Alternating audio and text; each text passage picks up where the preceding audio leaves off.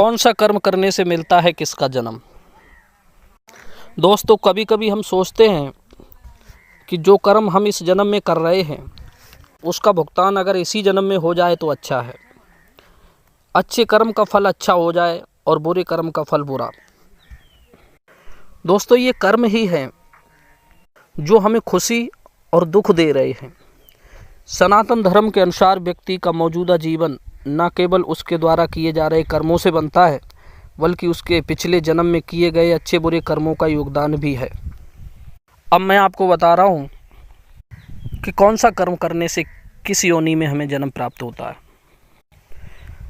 Number 1, जो मनुष्य पराई स्त्री से संबंध बनाता है उसे भयानक नरक में जाना पड़ता है।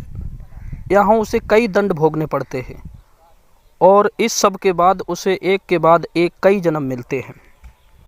वो जन्म कौन कौन से हैं, तो आइए जानते हैं। वो सबसे पहले भेड़िया बनता है और फिर उसके बाद कुत्ते के रूप में जन्म लेता है। इसके बाद वो सियार बनता है, फिर गीद बनता है, फिर सांप, फिर कौआ बनता है। ये उस व्यक्ति के जन्म हैं जो स्त्री को परेशान करता है।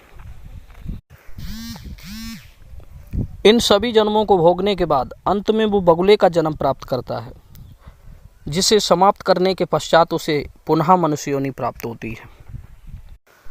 बड़े भाई का अपमान करने वाले व्यक्ति को क्या योनि प्राप्त होती है, आइए ये भी समझते हैं। जो व्यक्ति अपने बड़े भाई का अपमान करता है, समाज के सामने उसे नीचा दिखाता है, अगले जन्म में वो व्यक्ति एक क्रौंच नाम के पक्षी के रूप में जन्म लेता है। इस जन्म को वो 10 वर्षों तक भोगता है और यदि भगवान की कृपा हो जाए तो ही उसे अगले जन्म में मनुष्य योनि मिलती है, अन्यथा नहीं।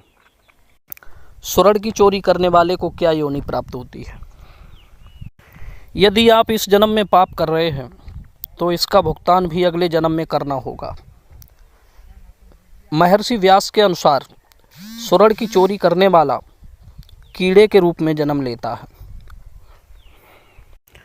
चांदी की चोरी करने वाला कबूतर बनता है, वस्त्रों की चोरी करने वाला तोता बनता है और सुगंधित पदार्थों की चोरी करने वाला छछूंदर बनता है।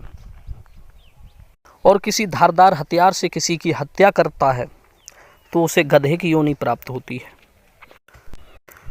गधे की योनि त्यागने के बाद उसे मृग योनि प्राप्त होती है और उसकी खुद की हत्या भी किसी धारदार हथियार से ही होती है।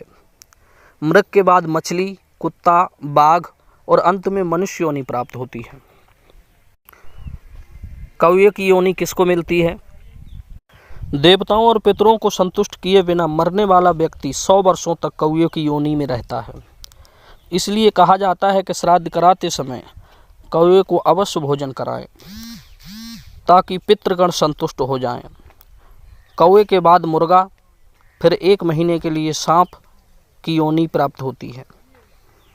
उसके बाद उसके पापों का अंत होता है और उसके बाद फिर उसे मनुष्य योनि प्राप्त होती है।